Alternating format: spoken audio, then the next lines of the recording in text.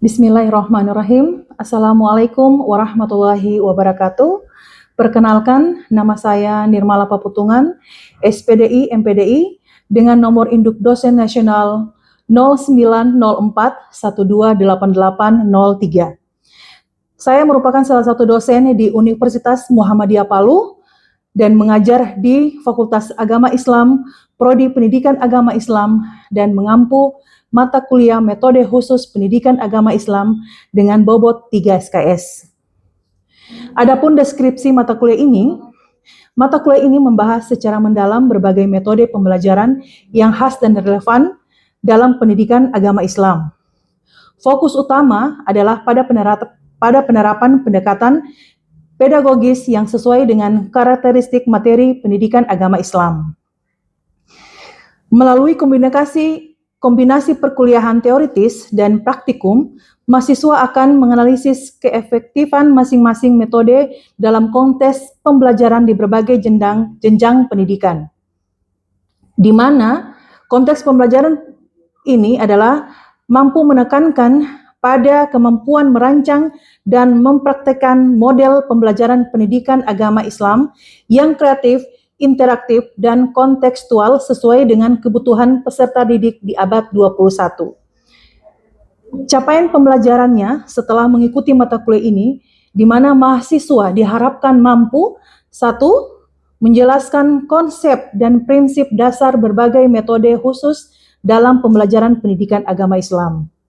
2. Menganalisis kelebihan dan kelemahan masing-masing metode dalam konteks pembelajaran tematik pendidikan agama Islam.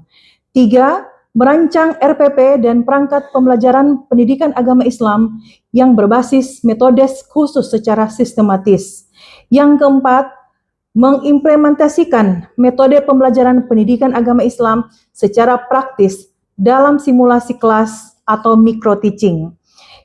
Yang kelima, mengevaluasi efektivitas metode khusus pendidikan agama Islam melalui refleksi dan asesmen formatif. Demikian penyampaian deskripsi mata kuliah metode khusus pendidikan agama Islam. Wassalamualaikum warahmatullahi wabarakatuh. Assalamualaikum warahmatullahi wabarakatuh.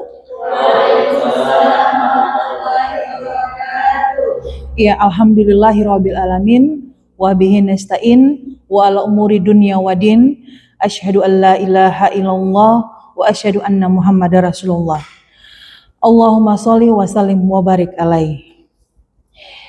Ya, baik, sebelum kita akan memulai materi kita perkuliahan pada hari ini, Ibu ingin bertanya bagaimana kabar kalian pada hari ini?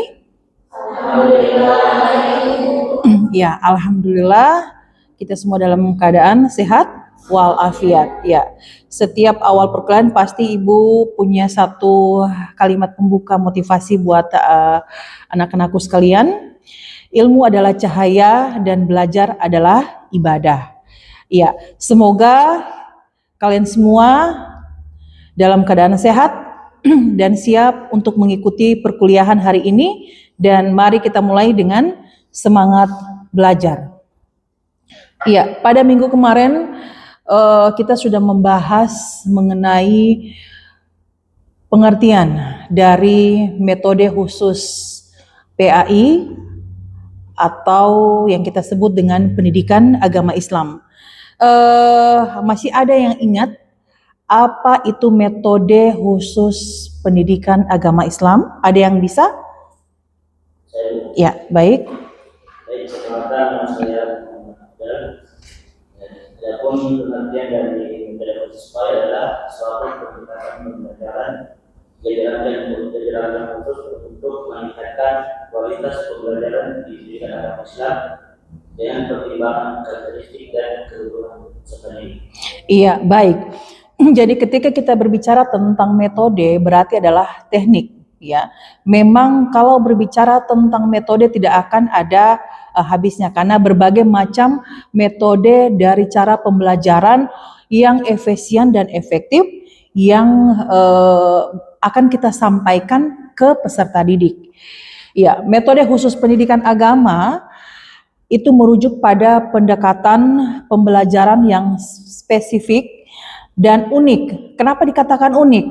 Ya, karena di dalam mengajarkan agama Islam ada yang namanya bertujuan untuk mencapai pembelajaran secara lebih efektif dan lebih mendalam. Di mana metode ini tidak hanya berfokus pada transfer pengetahuan saja, tetapi juga pada pembentukan karakter dan internalisasi nilai-nilai keagamaan. Ya, kemudian ada beberapa metode di dalam metode khusus dalam pendidikan agama Islam yang umum, yang biasa kita dengar. Biasanya kalian dulu waktu masih sekolah sering ya kalau mata pelajaran agama apa saja yang dilakukan guru pada saat itu? Yang biasanya apa? Iya, metode ceramah, ya. Metode ceramah. Apa itu metode ceramah? Ada yang tahu? Ya, metode ceramah itu tidak lain di mana seorang guru menyampaikan materinya secara lisan, namun seorang guru juga bisa perlu memvariasikan dengan metode lain supaya tidak membosankan.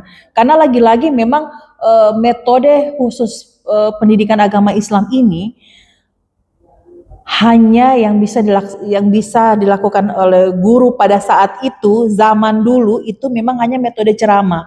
Akan tetapi dengannya era teknologi kita sudah bisa sama yang kita pakai sekarang ini. Bisa lihat kan?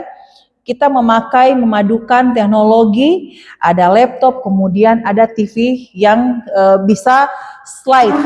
Jadi memang di dalam proses pembelajaran itu kita tidak hanya terfokus satu metode, tetapi kita bisa melakukan metode lain yang tentunya yang efektif dan efisien untuk peserta didik lebih memahami apa yang akan kita sampaikan. Oke. Kemudian apa saja yang Ibu ingin tanyakan? Ada yang tahu apa saja tujuan dari metode khusus pendidikan agama Islam ini? Ada yang tahu? Iya.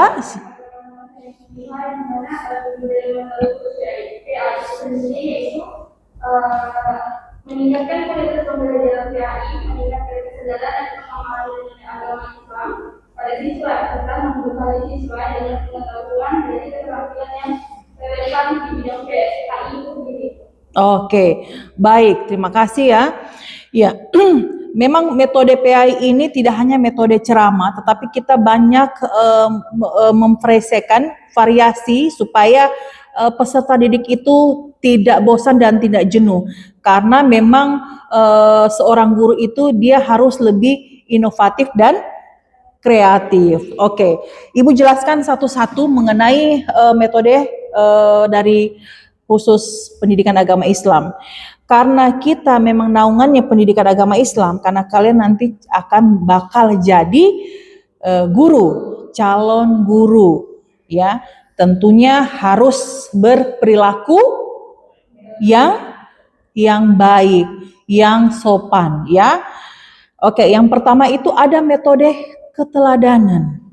Nah, ketika kita mau memberikan satu model pembelajaran, otomatis peserta didik itu pasti akan mencontoh dari gurunya, ya. Di mana guru itu harus memberikan contoh perilaku yang baik dan sesuai dengan ajaran Islam, sehingga peserta didik itu dapat meniru dan menginternalisasinya. Iya, paham sampai di sini ya? Iya, oke. Kemudian ada metode nasihat. Kalian paling sering ya kan? Guru maupun dosen pasti ada kata-kata akhirnya itu, entah itu di kata akhir atau di pertama, di awal pertemuan pasti ada kata nasihat. Nasihat itu penting, bukan hanya untuk kepada kalian, tetapi juga bisa kepada orang lain, kepada ibu juga bisa, ya. Ibu jelaskan metode nasihat ini di mana seorang guru itu memberikan nasihat-nasihat yang memang untuk membangun dan sesuai dengan konteks kehidupan peserta didik. Kemudian itu bertujuan, sebenarnya ada tujuannya. Tujuannya apa? Untuk membimbing mereka dalam bertindak dan berperilaku, ya. Sekarang ini kita bisa melihat keadaan yang memang real yang kita lihat, ya. Memang kalau dalam pembelajaran, misalnya kan beda pembelajaran pendidikan agama Islam yang ada di sekolah menengah atas, kemudian yang ada di memang kejuruan keagamaan, misalnya MA atau ya atau ya SMA atau MA Madrasah Aliyah. Bisanya apa? Bedanya apa? Kalau di sekolah biasa itu pendidikan agama Islam memang dalam kurung 5 hari hanya 1 kali pertemuan. Apakah itu efektif?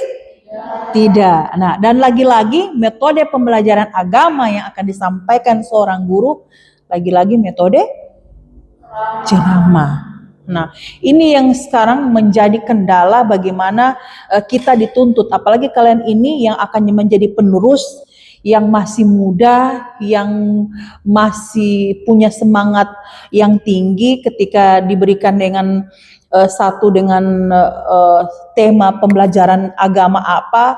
Jadi kalian yang harus variasi gaya model pembelajaran supaya pendidikan agama Islam ini tidak serta-merta hanya sampai metode ceramah saja, tetapi lebih mengedukasi, membimbing, memberi nasihat, ada contoh keteladanan. Keteladanan ya bukan hanya seorang guru saja, kita berbicara tentang keteladanan dari tentang kisah para nabi. Kita kembali lagi dan memang metode-metode ini yang memang sebenarnya kita pakai, ada yang kita pakai, kemudian kita harus memposisikan metode ini sesuai dengan materi yang akan nanti kita ajarkan.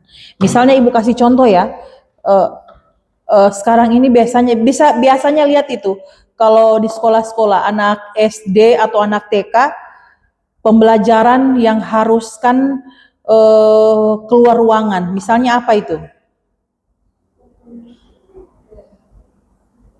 Ada yang tahu?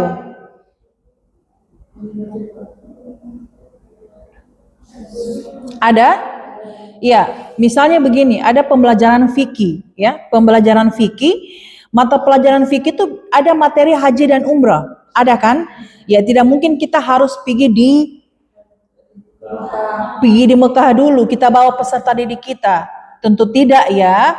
Tetapi dengan adanya metode, kita mengajak peserta didik itu untuk keluar ruangan menuju miniatur Ka'bah yang memang dipersiapkan untuk kita melakukan salah satu proses umrah atau haji dan umrah tersebut ya.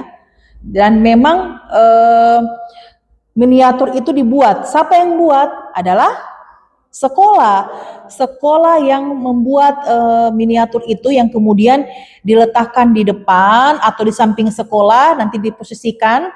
Kemudian ini yang akan menghasilkan pemahaman peserta didik yang kuat supaya mereka mengingat apa saja proses dari haji dan umrah. Sebenarnya banyak sekali metode yang memang perlu kita lebih variasikan supaya tidak membosankan. Kemudian ada lagi metode hukuman.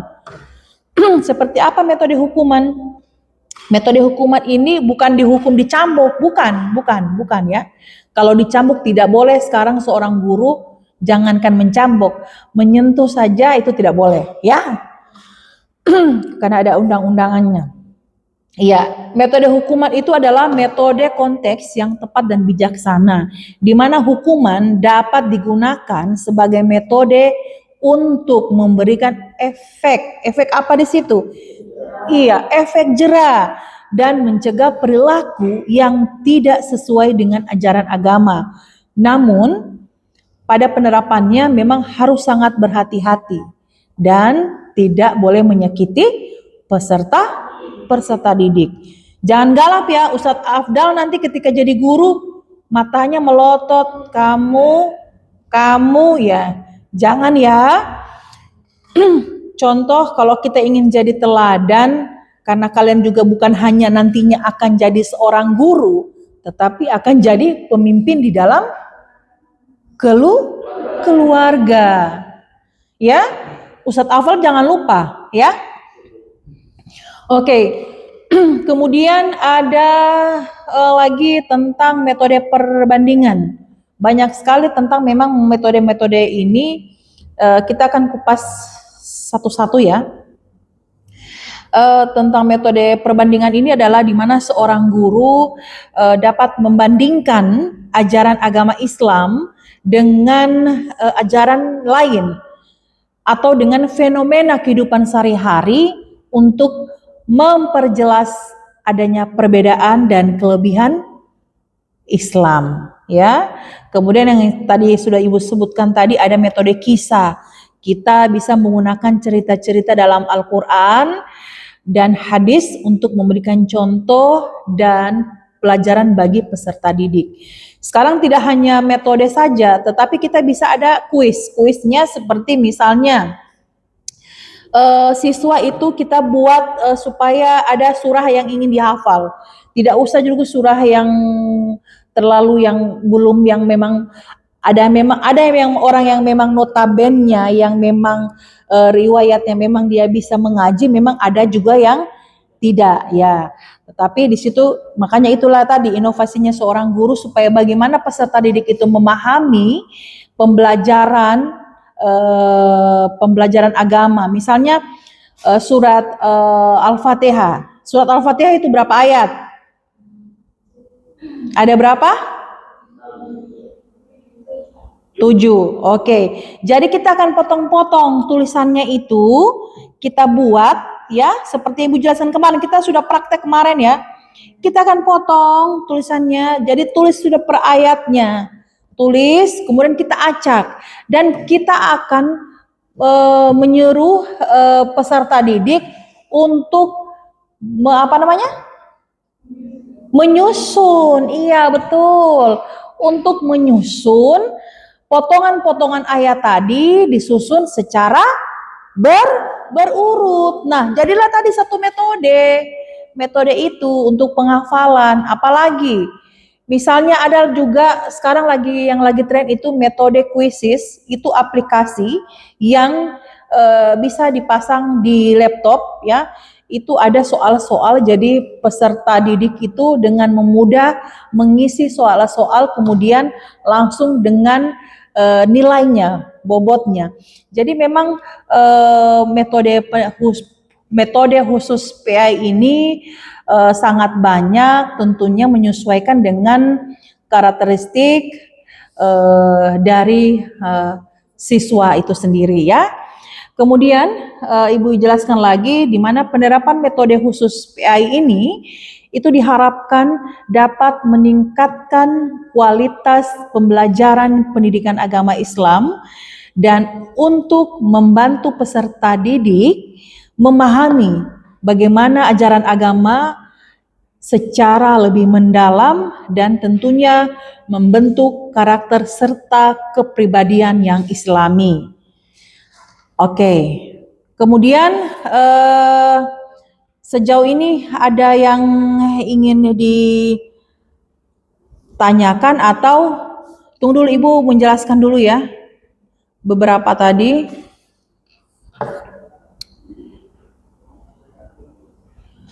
Oke, ada yang ingin ditanyakan? Ada? Iya. Namanya siapa? Iya. Tadi dari sekian banyak banyak metode khusus PSKI yang dijelaskan tadi, Ibu menyebutkan metode kisah. Nah, itu seperti apa? Oke, metode kisah. Kalau dalam pendidikan agama disebutnya kasas, yaitu di mana adanya penyampaian pelajaran agama melalui cerita-cerita Islami yang di mana di dalamnya mengandung nilai moral dan spiritual. Tidak usah saya memberikan contoh yang terlalu panjang ya. Tentunya kalian tahu sendiri banyak sekali buku-buku tentang kisah-kisah Nabi ya. Contohnya saja Nabi Ibrahim. Nabi Ibrahim itu mempunyai cerita tentang ketauhidan dan pengorbanan.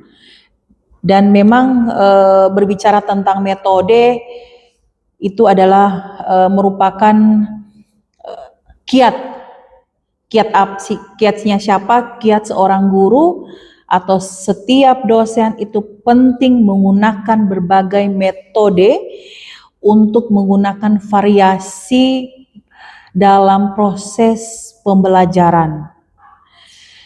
Ya, sama yang kita saksikan bersama ini, proses pembelajaran kita ini memang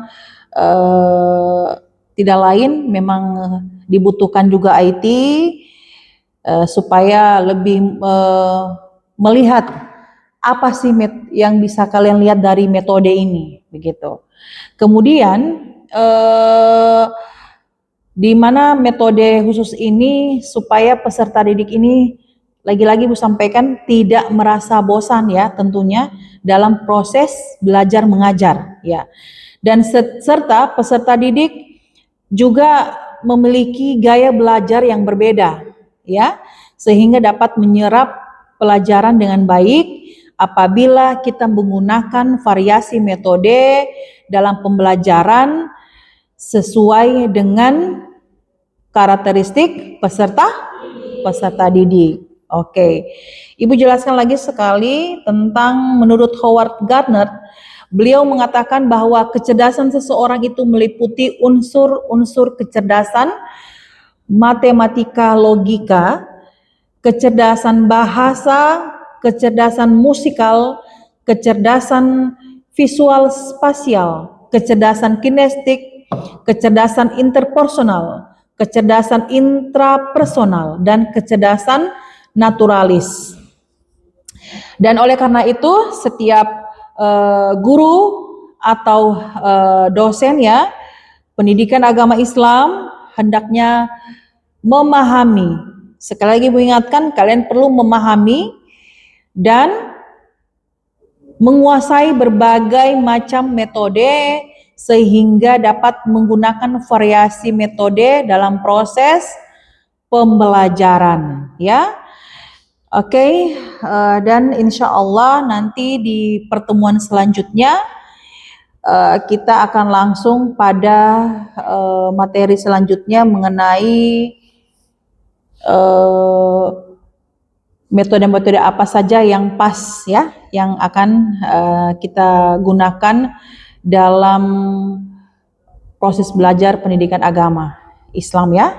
Oke, sekian dari Ibu, terima kasih. Wassalamualaikum warahmatullahi wabarakatuh. Waalaikumsalam warahmatullahi wabarakatuh. Terima kasih, Bu. Iya, terima kasih kembali.